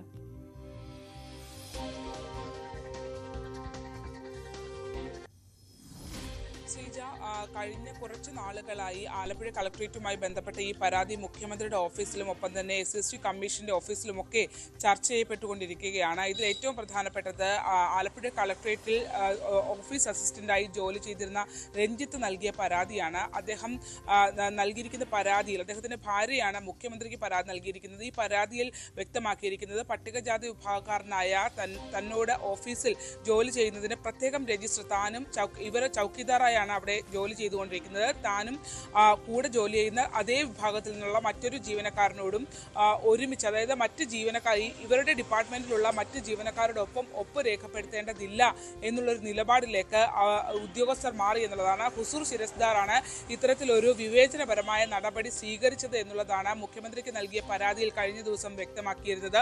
മാത്രമല്ല ഈ 2025 ജനുവരി മുതൽ മറ്റ് ജീവനക്കാരോടൊപ്പം ഒപ്പിട്ടിരുന്ന ഇവർക്കായി പാർട്ട് ടൈം സ്വീപ്പർമാരുടെ ഒപ്പ് രേഖപ്പെടുത്തിയാൽ മതി എന്നുള്ള രീതിയിൽ ഒരു രജിസ്റ്റർ തയ്യാറാക്കുന്നു.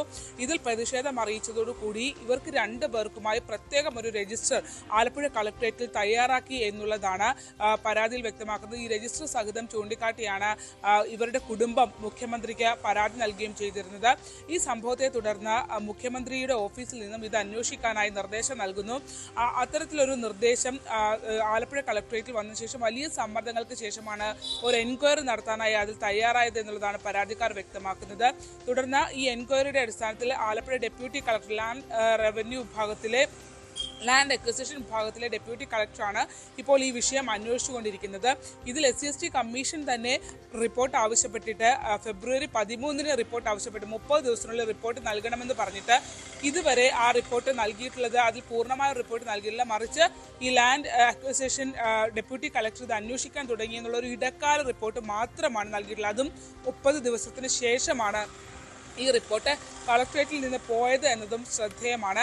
ഈ സംഭവങ്ങൾ, ഈ പരാതി ഒക്കെ നിലനിൽക്കുന്നതിനിടയിൽ ഇപ്പോൾ പോലീസ് അന്വേഷണം ആരംഭിച്ചിരിക്കുന്നു എന്നുള്ളതാണ്. ആലപ്പുഴ ഡിവൈഎസ്പി മധു ബാബുവിന്റെ നേതൃത്വത്തിലുള്ള സംഘമാണ് ഈ വിഷയത്തിൽ അന്വേഷണം ആരംഭിച്ചിരിക്കുന്നത്. FIR പ്രകാരം വ്യക്തമാക്കുന്നത് ജാതീയമായി ഈ പ്രീത പ്രതാപൻ എന്ന് പറയുന്ന ഹുസൂർ ശിരസ്ദാർ അധിക്ഷേപിച്ചു എന്നുള്ള കാര്യമാണ് പോലീസ് അടക്കം വ്യക്തമാക്കുന്നത്, കുടുംബവും പറയുന്നത്. മാത്രമല്ല ഈ പരാതിയുമായി മുന്നോട്ട് പോയിരിക്കുന്ന ആൾ സ്റ്റാഫ് കൗൺസിൽ സെക്രട്ടറി ഒക്കെ ആയിരുന്ന വ്യക്തിയാണ്. മാത്രമല്ല അദ്ദേഹം BSc B.Ed ബിരുദധാരിയുമാണ്. കളക്ടറേറ്റ് വളരെ സജീവമായി മുൻകാല കളക്ടർമാരിരുന്ന ഘട്ടത്തിൽ അവിടെ വളരെ സജീവമായി സ്റ്റാഫ് കൗൺസിലിന്റെ സെക്രട്ടറിയായി ഒക്കെ പ്രവർത്തിക്കുകയും ഒപ്പം റവന്യൂ കലോത്സവങ്ങളടക്കം സംസ്ഥാന തലത്തിൽ ജീവനക്കാരുടെ കലോത്സവങ്ങളിൽ സംസ്ഥാന തലത്തിൽ സമ്മാനം നേടിയ ആളുമൊക്കെയാണ്. അത്തരത്തിൽ സ്വീകരണം ഉൾപ്പെടെ നൽകിയ 3 തവണ ഗുഡ് സർവീസ് എൻട്രി ലഭിച്ച ഒരു ഉദ്യോഗസ്ഥനുമാണ്. അദ്ദേഹത്തിനാണ് ഇപ്പോൾ ഇത്തരത്തിലൊരു വിവേചനം നേരിടുന്നത് ചൂണ്ടിക്കാട്ടിക്കൊണ്ട് കാര്യം. അതായത് എത്ര മികവുണ്ടെങ്കിലും ഇങ്ങനെയുള്ളവർ എന്തിൻ്റെ പേരിലായിരിക്കും ആളുകളെ മാറ്റി നിർത്തുന്നത്, അല്ലെങ്കിൽ എന്ത് പറഞ്ഞായിരിക്കും അധിക്ഷേപിക്കുക എന്നൊന്നും നമുക്ക് പറയാൻ പറ്റില്ല. അത് വളരെ ദുഃഖകരമായ ഒരു കാര്യമാണ്. ഈ വിഷയത്തിലാണ് ഇപ്പോൾ പോലീസിൻ്റെ അന്വേഷണം നടക്കുന്നത്. അതുപോലെ ഒരു വാർത്തയിലേക്കാണ് നമ്മൾ പോകുന്നത്. അത് ഈ സംസ്ഥാനത്തിൻ്റെ ചീഫ് സെക്രട്ടറി തന്നെ ഇന്നലെ ഫേസ്ബുക്കിലിട്ട ഒരു കുറിപ്പാണ്. നിറത്തിൻ്റെ പേരിൽ നേരിട്ട് അധിക്ഷേപം നേരിട്ടുവെന്ന് chief secretary Sarada Muraleedharan. Chief secretary എന്ന നിലയിൽ തൻ്റെ പ്രവർത്തനം കറുത്തതാണെന്ന് ഒരു വ്യക്തി പറയുന്നു. തൻ്റെ ഭർത്താവിൻ്റെ പ്രവർത്തനം വെളുത്തതായിരുന്നു എന്നും അതേ വ്യക്തി പറഞ്ഞു. വെളുത്ത ചർമ്മമില്ലെങ്കിൽ കുറഞ്ഞ മനുഷ്യനാകുമോ എന്ന ചോദ്യത്തിന് എന്ത് പ്രസക്തിയാണെന്നും കറുപ്പ് മനോഹരമാണെന്ന് താൻ കരുതുന്നുവെന്നും ചീഫ് സെക്രട്ടറിയുടെ പോസ്റ്റിൽ പറയുന്നു. വിവരങ്ങളുമായി ന്യൂസ് ഡെസ്കിൽ നിന്ന് അപർണ കുറുപ്പാണ് ചേരുന്നത്. അപർണ, ഇത് ഇംഗ്ലീഷിലാണ് ആ കുറിപ്പ്. ഇംഗ്ലീഷിൽ അതിൻ്റെ ആ ഒരു ഭാഷയുടെ സൗന്ദര്യം ഒന്ന് മലയാളത്തിലേക്ക് ആക്കിയപ്പോൾ അത്ര വരാഞ്ഞിട്ടാണ്. ബ്ലാക്ക് ഈസ് ബ്യൂട്ടിഫുൾ എന്ന് എപ്പോഴും പറയാറുണ്ട് നമ്മൾ. പക്ഷേ ഒരു വ്യക്തി എത്ര ഉന്നത പദവിയിൽ ഇരുന്നാലും അയാളുടെ നിറത്തിൻ്റെ പേരിൽ, അല്ലെങ്കിൽ സമൂഹം കരുതി വെച്ചിട്ടുള്ള സ്റ്റാൻഡേർഡ് രൂപത്തിൽ അല്ലെങ്കിൽ അയാൾ അധിക്ഷേപം നേരിടേണ്ടി വരും. അയാൾ കഴിഞ്ഞ ഇത്രയും മാസമായി ഡോക്ടർ വി വേണു എന്ന മുൻ ചീഫ് സെക്രട്ടറിയുടെ ഭാര്യ കൂടിയാണ് ശ്രീമതി ശാരദ. അതിൻ്റെ പേരിൽ കമ്പാരിസൺ നേരിടേണ്ടി വരുന്നു.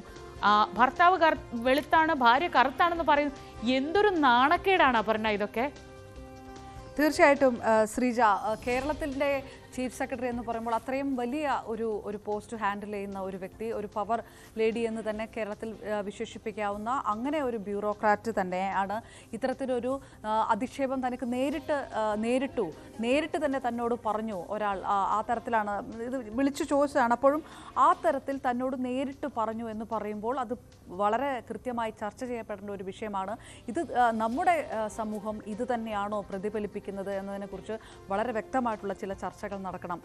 ഇത് നേരിട്ട് തന്നോട് പറയുന്നു, ചീഫ് സെക്രട്ടറി എന്ന രീതിയിലുള്ള നിങ്ങളുടെ പ്രവർത്തനം കറുത്തതാണ്, അതേസമയം നിങ്ങളുടെ മുൻഗാമിയും ഡോക്ടർ വി വേണുവിൻ്റെ പ്രവർത്തനം വെളുത്തതാണ് എന്ന് പറയുന്നത് തൻ്റെ നിറവുമായിട്ട് ബന്ധപ്പെട്ടുള്ള ഒരു താരതമ്യം. ചീഫ് സെക്രട്ടറിയായി 7 മാസത്തോളമാകുന്നു.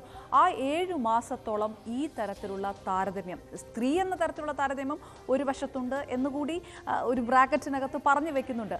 അതോടൊപ്പം തന്നെ പറയുകയാണ് ഈ 7 വർഷം ഈ താരതമ്യം തനിക്ക് നേരിടേണ്ടി വന്നു. അതുകൊണ്ട് താനിത് പറയുകയാണ്. ഇത് ഇന്നലെ രാവിലെ ഈ ഫേസ്ബുക്ക് പോസ്റ്റ് ആദ്യം ഇട്ടതാണ്. അതിനുശേഷം അങ്ങനെ ഒരു ചർച്ചയ്ക്ക് വേണമോ, അങ്ങനെ ഒരു സ്പേസ് കൊടുക്കണോ എന്നാലോചിച്ചുകൊണ്ട് ആ പോസ്റ്റ് പിൻവലിക്കുകയായിരുന്നു. പിന്നീട് രാത്രിയിൽ വീണ്ടും ചീഫ് സെക്രട്ടറി ആ പോസ്റ്റ് ഇടുകയായിരുന്നു. അപ്പോൾ അതിനുശേഷം ഇത് പറഞ്ഞ് കൃത്യമായിട്ട് വെക്കുന്നുണ്ട്.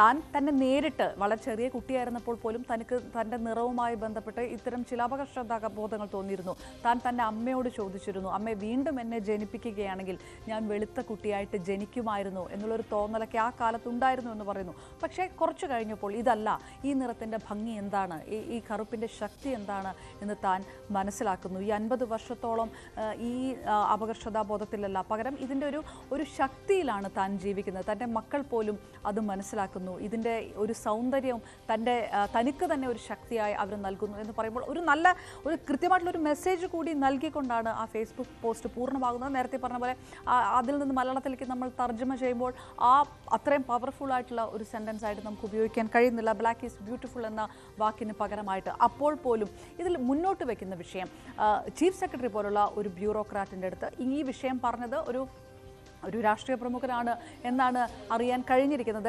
അങ്ങനെ നേരിട്ട് ഒരാൾ പറയുമ്പോൾ അതേത് തരത്തിലാണ് ഒരു സമൂഹത്തിൻ്റെ ചിന്താഗതിയെ പ്രതിഫലിപ്പിക്കുന്നത് എന്നുള്ള വലിയൊരു ചോദ്യമാണ് നിൽക്കുന്നത്. കേരളത്തിൻ്റെ ചീഫ് സെക്രട്ടറി ഒരു സ്ത്രീ ആയതുകൊണ്ട് ഈ കാര്യം നേരിട്ട് കേൾക്കുമെങ്കിൽ മറ്റ് തലങ്ങളിലുള്ളവർക്ക് ഈ വർണ്ണത്തിൻ്റെ പേരിലുള്ള ലേബലിംഗ് അത് ഏത് തരത്തിലായിരിക്കും അനുഭവിക്കേണ്ടി വരിക? ഈ കാലഘട്ടത്തിലും അങ്ങനെ ഒരു ലേബലിങ്ങിലൂടെ കടന്നു പോകേണ്ട അവസ്ഥയാണോ കേരള സമൂഹത്തിനുള്ളത്? ഇത് കൃത്യമായി ചർച്ച ചെയ്യപ്പെടുന്നത്. ഇത് ആദ്യമായിട്ടല്ല. ഈ വിഷയം ഈ അടുത്ത കാലത്ത് നർത്തകി സത്യഭാമയുടെ പരാമർശത്തിൽ ഒക്കെ ഒരുപാട് ചർച്ച ചെയ്യപ്പെട്ട കാര്യമാണ്. പക്ഷേ അതിപ്പോഴും നിലനിൽക്കുന്നു. അത് കേരളത്തിൻ്റെ ചീഫ് സെക്രട്ടറി ആയപ്പോഴും അതാണ് അതിൽ ഏറ്റവും ശ്രദ്ധേയമായ കാര്യം. അതായത് ഈ സംസ്ഥാനത്ത് ഉദ്യോഗസ്ഥ തലത്തിൽ ഏറ്റവും കഴിവ് തെളിയിച്ച ആളാണ് ഇപ്പോഴത്തെ ചീഫ് സെക്രട്ടറി, സംശയം വേണ്ട. അതുകൊണ്ടാണ് അവർ ചീഫ് സെക്രട്ടറി സ്ഥാനത്തിരിക്കുന്നത്. തൊട്ട് മുൻപത്തെ ചീഫ് സെക്രട്ടറി ഡോക്ടർ വി വേണുവും ശാരദ മുരളീധരനും ഒരേ ബാച്ചുകാരാണ്. അങ്ങനെ തൻ്റെ മികവ് കൊണ്ട് ഒരു സ്ഥാനത്ത് എത്തിയിരിക്കുമ്പോൾ പോലും, സംസ്ഥാനത്തെ ഏറ്റവും ഉയർന്ന ഉദ്യോഗസ്ഥ പദവിയിൽ ഇരിക്കുമ്പോഴും, കേരളം കണ്ട ഏറ്റവും കൂളായ ചീഫ് സെക്രട്ടറിയായി ഇരിക്കുമ്പോൾ പോലും നിറത്തിൻ്റെ പേരിൽ അവരോട് അധിക്ഷേപകരമായി സംസാരിക്കാൻ ധൈര്യം കാണിക്കാൻ ആളുകളുള്ള നാടാണ് കേരളം. അവർ പറയുന്നു എല്ലാവരോടുമായിട്ട് നിറത്തിലല്ല നിങ്ങളെ വിലയിരുത്തേണ്ടത് എന്ന് പറയുന്നു. അതുകൊണ്ട് തന്നെയാണ് ഈ വിഷയം ചർച്ച ചെയ്യുന്നത്. ഒരുപാട് പേർ സമാനമായ പ്രശ്നങ്ങൾ നേരിടുന്നുണ്ട് എന്ന തിരിച്ചറിവിൽ തന്നെ. നമുക്ക് മറ്റു വാർത്തകൾ കൂടി നോക്കാം. പുതിയ ഇടയനെ സ്വീകരിക്കാൻ വിശ്വാസികൾ.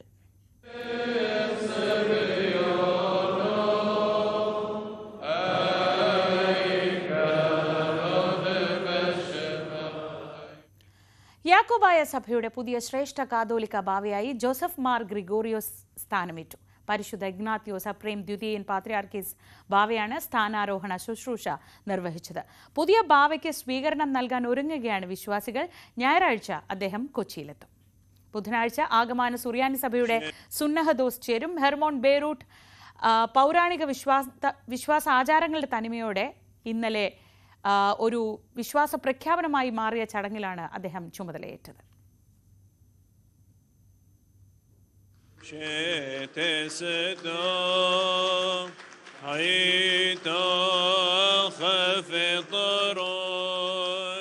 ലെബനോൻ തലസ്ഥാനമായ ബെയ്റൂട്ടിൽ നിന്ന് 20 കിലോമീറ്റർ അകലെ ഹച്ചാനയിലെ സെന്റ് മേരീസ് സിറിയൻ ഓർത്തഡോക്സ് പാത്രിയാർക്ക കത്തീഡ്രലിൽ ആയിരുന്നു ചടങ്ങ്. ആഗമാന സുറിയാനി ഓർത്തഡോക്സ് സഭയുടെ പരമാധ്യക്ഷൻ പരിശുദ്ധ മോറാൻമോർ ഇഗ്നാത്തിയോസ് അഫ്രേൻ ദ്വിതീയൻ പാത്രിയാർക്കിസ് ബാവയുടെ നേതൃത്വത്തിലായിരുന്നു കാർമ്മികത്വം. ചടങ്ങിന്റെ തുടക്കത്തിൽ തന്നെ പ്രധാനമന്ത്രിയുടെയും മുഖ്യമന്ത്രിയുടെയും പേരെടുത്തു പറഞ്ഞ് നന്ദി അറിയിച്ചു പാത്രിയാർക്കിസ് ബാവ. We thank His Excellency the Prime Minister of India, Mr. Narendra Modi. We likewise extend our thanks and appreciation to the Chief Minister of Kerala, one of the great states of India. സന്ധ്യാപ്രാർത്ഥനയോടെ ആരംഭിച്ച ചടങ്ങ് 2 മണിക്കൂറോളം നീണ്ടു. സ്ഥാനാരോഹണ ശുശ്രൂഷകളിൽ സുറിയാനി orthodox സഭയിലെ മേലധ്യക്ഷന്മാർ സഹകർമ്മികരായി. ഇതര സഭകളിലെ മേലധ്യക്ഷന്മാരും പുരോഹിതരും പ്രതിനിധികളും നൂറുകണക്കിന് വിശ്വാസികളും പങ്കെടുത്തു.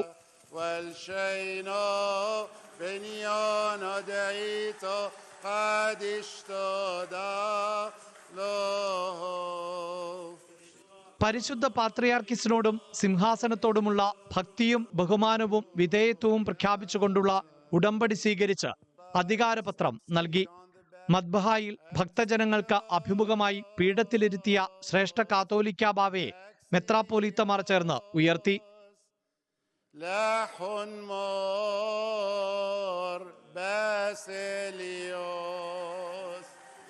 ശ്രേഷ്ഠ കാത്തോലിക്ക ബസേലിയസ് ജോസഫ് പ്രഥമൻ യോഗ്യനും വാഴ്ത്തപ്പെട്ടവനുമാകുന്നു എന്ന് മുഖ്യ കാർമ്മികൻ പ്രഖ്യാപിച്ചു.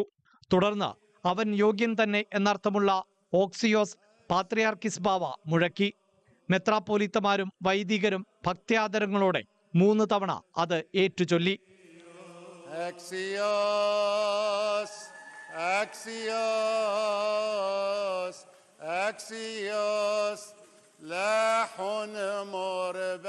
സ്ഥാനചിഹ്നങ്ങളായ 3 മാലകളും അംശവടിയും മുഖ്യ കാർമ്മികൻ ശ്രേഷ്ഠ കാത്തോലിക്ക ബാവയ്ക്ക് കൈമാറി. തുടർന്ന് വിശുദ്ധ കുർബാനയുടെ ശേഷിച്ച ഭാഗം കാത്തോലിക്ക ബാവ പൂർത്തിയാക്കി.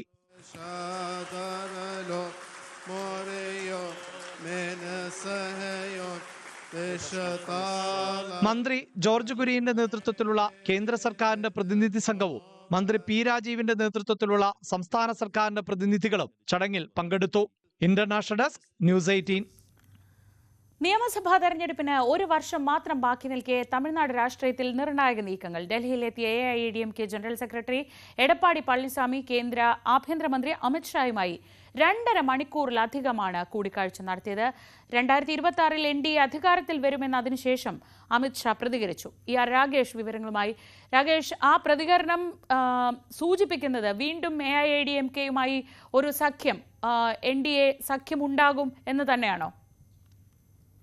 അതെ ശ്രീജ, അത്തരം സാധ്യതയിലേക്ക് തന്നെയാണ് കാര്യങ്ങൾ പോകുന്നത്. കാരണം 2 മണിക്കൂർ 10 മിനിറ്റാണ് ഇന്നലെ കൂടിക്കാഴ്ച നീണ്ടു നിന്നത്. കാരണം 2016 ജയലളിതയുടെ മരണത്തിന് ശേഷം നമുക്കറിയാം തമിഴ്നാട്ടിൽ രാഷ്ട്രീയ സാഹചര്യം മാറിയിരുന്നു. BJPയോട് IDMK അടുക്കുന്ന സാഹചര്യമുണ്ടായി. അതിനുശേഷം നിയമസഭാ തെരഞ്ഞെടുപ്പിൽ സഖ്യമായാണ് മത്സരിച്ചത്. 2021-ലും 19-ലും സഖ്യമായാണ് ഈ 2 പാർട്ടികളും മത്സരിച്ചത്. അതിനുശേഷം കഴിഞ്ഞ ലോക്സഭാ തെരഞ്ഞെടുപ്പിന് മുൻപായാണ് ഈ സഖ്യം പിരിയുന്നത്. പക്ഷേ വീണ്ടും അടുത്ത നിയമസഭാ തെരഞ്ഞെടുപ്പ് വരുമ്പോൾ വീണ്ടും ഒന്നിക്കുന്നു എന്ന സൂചനകൾ തന്നെയാണ് നൽകുന്നത്. കാരണം ഒന്ന്, ADMK സംബന്ധിച്ച് അവരുടെ നിലനിൽപ്പാണ് അടുത്ത നിയമസഭാ തെരഞ്ഞെടുപ്പ്.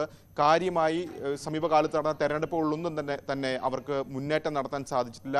മാത്രവുമല്ല, DMK അടുത്ത തെരഞ്ഞെടുപ്പിനുള്ള പ്രചാരണ പരിപാടികളുമായി മുന്നോട്ട് പോവുകയാണ്. പ്രത്യേകിച്ച് ഭാഷാ വിവാദം, ഒപ്പം തന്നെ മണ്ഡല പുനർനിർണയം തുടങ്ങിയ വിഷയങ്ങളിൽ തമിഴ് വികാരം ഉൾക്കൊണ്ടുകൊണ്ടൊരു പ്രവർത്തനം DMKയുടെ ഭാഗത്തുനിന്ന്, പ്രത്യേകിച്ച് മുഖ്യമന്ത്രി MK സ്റ്റാലിൻ്റെ ഭാഗത്തുനിന്ന് നടക്കുന്നു. ഈ ഒരു സാഹചര്യത്തിലാണ് വീണ്ടും BJPയുമായി കൈകോർക്കാനുള്ള നീക്കത്തിലേക്ക് എത്തിയിട്ടുള്ളത്. ഒപ്പം നേതാക്കളെ സംബന്ധിച്ചും വലിയ പ്രശ്നങ്ങൾ അവർ നേരിടുന്നുണ്ട്. പ്രത്യേകിച്ച് ED കേസുകളൊക്കെ തന്നെ നേതാക്കൾക്കുണ്ട്. അപ്പോൾ നിലനിൽപ്പിൻ്റെ ഒരു പ്രശ്നം കൂടി ADMK സംബന്ധിച്ചുണ്ട്. BJPക്കാകട്ടെ കഴിഞ്ഞ തവണ ഒറ്റയ്ക്ക് മത്സരിച്ചുകൊണ്ട് ഒരു സീറ്റും നേടാൻ അവർക്ക് സാധിച്ചില്ല. അവർ വോട്ട് ശതമാനം വർദ്ധിപ്പിച്ചു എന്നത് ശരിയാണ്, പക്ഷേ ഒറ്റ മണ്ഡലത്തിലും വിജയിക്കാൻ സാധിച്ചില്ല. അപ്പോൾ ഈ ഒരു സഖ്യം അവരെ സംബന്ധിച്ച് അനിവാര്യമാണ്. പളനിസ്വാമി ആകട്ടെ നേരത്തെ ഇടതു പാർട്ടികളുമായി ചർച്ച നടത്തിയിരുന്നു, VCKയുമായി ചർച്ച നടത്തിയിരുന്നു. അങ്ങനെ ഒരു പുതിയ സഖ്യം രൂപീകരിക്കാനുള്ള ശ്രമങ്ങളൊക്കെ തന്നെ നടത്തിയിരുന്നു. പക്ഷേ ഈ പാർട്ടികളൊക്കെ തന്നെ DMKയ്ക്കൊപ്പം ഉറച്ചു നിൽക്കുന്നത് പ്രഖ്യാപിക്കുകയാണ് ചെയ്തത്. അതിനുശേഷമാണ് ഇപ്പോൾ ഏതായാലും BJPയുമായി കൈകൊടുക്കാനുള്ള തീരുമാനത്തിലേക്ക് ADMK എത്തുന്നത്. ഏതായാലും ഇത് പ്രാഥമിക ചർച്ചകളാണ്. ഒരുപക്ഷെ വരും ദിവസങ്ങളിൽ വീണ്ടും ഇതിന് തുടർ ചർച്ചകൾ ഉണ്ടായേക്കും. രാകേഷാണ് വിവരങ്ങൾ നൽകിയത്. നാഷണൽ ഡെസ്കിൽ നിന്ന് വെടിനിർത്തൽ നടപ്പാക്കുന്നതുമായി ബന്ധപ്പെട്ട ചർച്ചകളിൽ പ്രതീക്ഷയെന്ന Ukraine president Volodymyr Zelensky. Saudi അറേബ്യയിൽ നടന്ന റഷ്യ-യുക്രൈൻ-US ചർച്ചയ്ക്ക് പിന്നാലെയാണ് സെലൻസ്കിയുടെ പ്രതികരണം. വിവരങ്ങളുമായി ഐഷത്തുൽ ഷംന. അതേസമയം റഷ്യ ആരോപിക്കുന്നത് ഒരു റഷ്യൻ വിരുദ്ധ ഉപകരണമായി നാറ്റോ അംഗങ്ങൾ യുക്രൈനെ മാറ്റുകയാണെന്നാണ്. അപ്പോൾ ഒരു സമവായത്തിലേക്ക്, യുദ്ധത്തിന്റെ അവസാനത്തിലേക്കുള്ള സാധ്യതകളൊക്കെ എത്ര കണ്ട് ഈ ചർച്ചകളിൽ ഉയരുന്നുണ്ട്?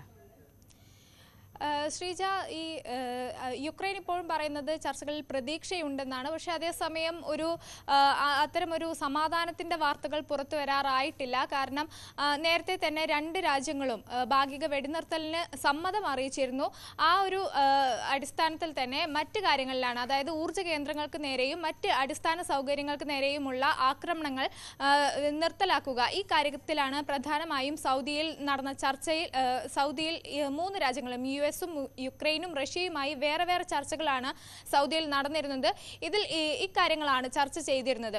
ഈ ചർച്ചയ്ക്ക് പിന്നാലെയാണ് സെലൻസ്കി മാധ്യമങ്ങളെ കണ്ടതും ഇക്കാര്യം അറിയിച്ചതും. അതായത് ഈ US-ന്റെ കൂടി നേതൃത്വത്തിൽ നടക്കുന്ന ഈ ചർച്ചകളിൽ തങ്ങൾക്ക് പ്രതീക്ഷയുണ്ട്, സമാധാനം പുലരുമെന്ന് പ്രതീക്ഷയുണ്ടെന്നാണ് സെലൻസ്കി വ്യക്തമാക്കിയത്. അപ്പോഴും സെലൻസ്കി പറഞ്ഞൊരു കാര്യം, ഈ റഷ്യ നേരത്തെ തന്നെ ഈ ലോകരാജ്യങ്ങൾക്ക് മുൻപിൽ നൽകിയ വാഗ്ദാനങ്ങളൊന്നും പാലിക്കുന്നില്ല. അത് പാലിക്കണമെങ്കിൽ മറ്റ് രാജ്യങ്ങൾ, യൂറോപ്യൻ രാജ്യങ്ങൾ ഒന്നാകെ റഷ്യക്ക് മേൽ സമ്മർദ്ദം ചെലുത്തണമെങ്കിൽ മാത്രമേ ഇത് നടപ്പിലാവുകയുള്ളൂ. എന്തായാലും ചർച്ചയിൽ പ്രതീക്ഷയുണ്ടെന്നാണ് സെലൻസ്കി വ്യക്തമാക്കിയത്. പക്ഷേ അതിന് പിന്നാലെ റഷ്യയുടെ പ്രതികരണം വരുന്നു. അതായത് നാറ്റോ ഈ റഷ്യക്ക് മേലിലുള്ള ഒരു പ്രതിരോധത്തിന് വേണ്ടിയാണ് യുക്രൈനെ നാറ്റോ ഉപയോഗിക്കുന്നത്, അല്ലാതെ നാറ്റോ യുക്രൈനെ സഹായിക്കുകയല്ല. ഒപ്പം തന്നെ ഈ US ഉൾപ്പെടെ യുക്രൈനെ ഒരു ആയുധമാക്കിയാണ് മാറ്റുന്നത്, അത് യുക്രൈൻ തിരിച്ചറിയുന്നില്ല എന്ന തരത്തിലൊക്കെ വലിയ ആരോപണമാണ് ഇപ്പോൾ റഷ്യ ഉന്നയിച്ചിരിക്കുന്നത്. എന്തായാലും സമാധാനം പുലരുന്നു എന്ന തരത്തിലേക്ക് വാർത്തകൾ എത്തിയിട്ടില്ല. പക്ഷേ അതേസമയം പ്രതീക്ഷയുണ്ടെന്ന് സെലൻസ്കി വ്യക്തമാക്കിയിട്ടുമുണ്ട്. ശ്രീജ. ആയിഷത്തുൽ ഷംനയാണ് വിവരങ്ങൾ നൽകിയത് ന്യൂസ് ഡെസ്കിൽ നിന്ന്.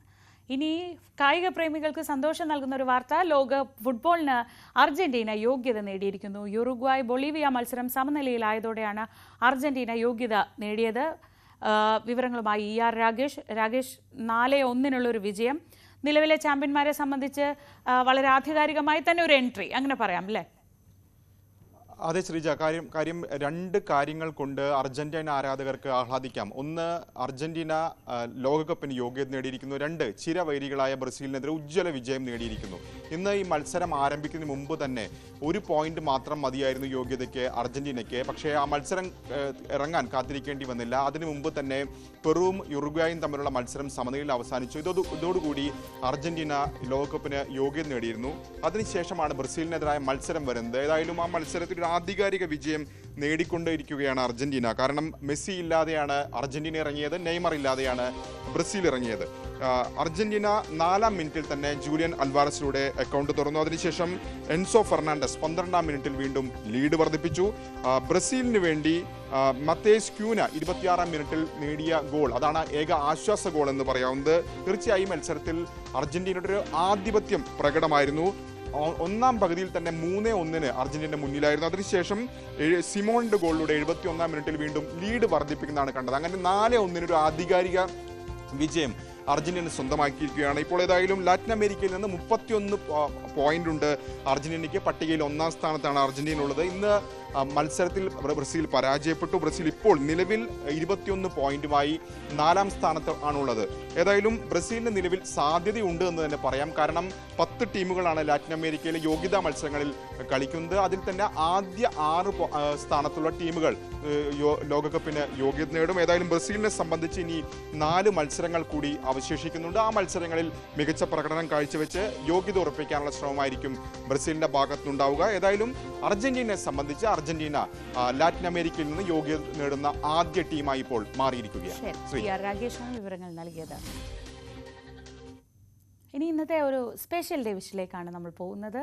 4ാം ജന്മദിനം ആഘോഷിക്കുന്ന തിരുവനന്തപുരം അമരവിള സ്വദേശി ജുവാന വിനീഷ്. ജന്മദിനം ആശംസിക്കുന്നത് അച്ഛൻ വിനീഷും അമ്മ രഞ്ജുവുമാണ്. ജുവാനക്കുട്ടിക്കപ്പോൾ വെരി വെരി ഹാപ്പി ബർത്ത്ഡേ.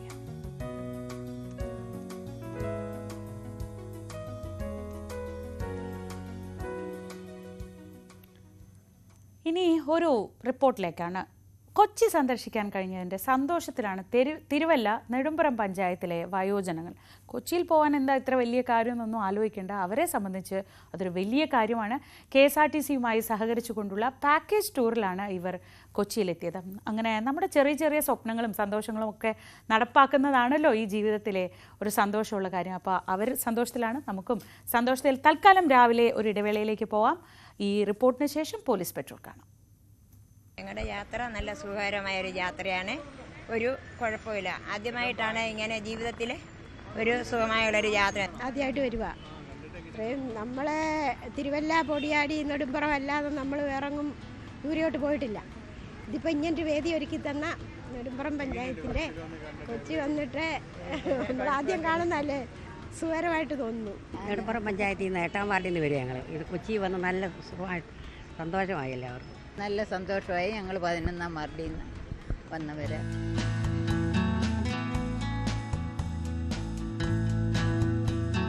എല്ലാവരുടെ വാക്കുകളിലും നിറയുന്നത് സന്തോഷം മാത്രമാണ്. പ്രായമാകുന്നതോടെ വീട്ടുമുറികളിൽ ഒതുങ്ങേണ്ടി വരുന്ന ഒട്ടനവധി പേരുണ്ട്. ടെലിവിഷനാണ് പിന്നെ അവരുടെ ലോകം. അതിലൂടെ കണ്ടറിഞ്ഞ നഗരത്തിലേക്ക് എത്താൻ കഴിഞ്ഞതിൻ്റെ സന്തോഷം, അത് യാഥാർത്ഥ്യമാക്കിയത് നെടുമ്പുറം പഞ്ചായത്താണ്. 43 വയോജനങ്ങൾ ഉൾപ്പെടെ 63 പേരാണ് കൊച്ചിയിലെത്തിയത്.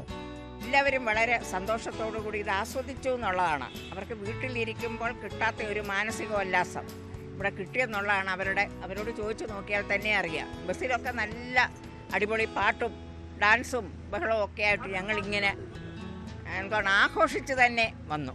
വയോജനങ്ങളുടെ മാനസികോല്ലാസം എന്ന് പറഞ്ഞുകൊണ്ട് വാർഷിക പദ്ധതിയിൽ വെച്ചുള്ള പരിപാടിയാണ്. അത് KSRTC, കുടുംബശ്രീ, സഹകരണ മേഖലയിലെ ഇന്ത്യൻ കോഫി ഹൗസ് അവരെയൊക്കെ കൂടി സഹകരിപ്പിച്ചുകൊണ്ട് അങ്ങനെ രാവിലെ ഞങ്ങൾ പുറപ്പെട്ടു.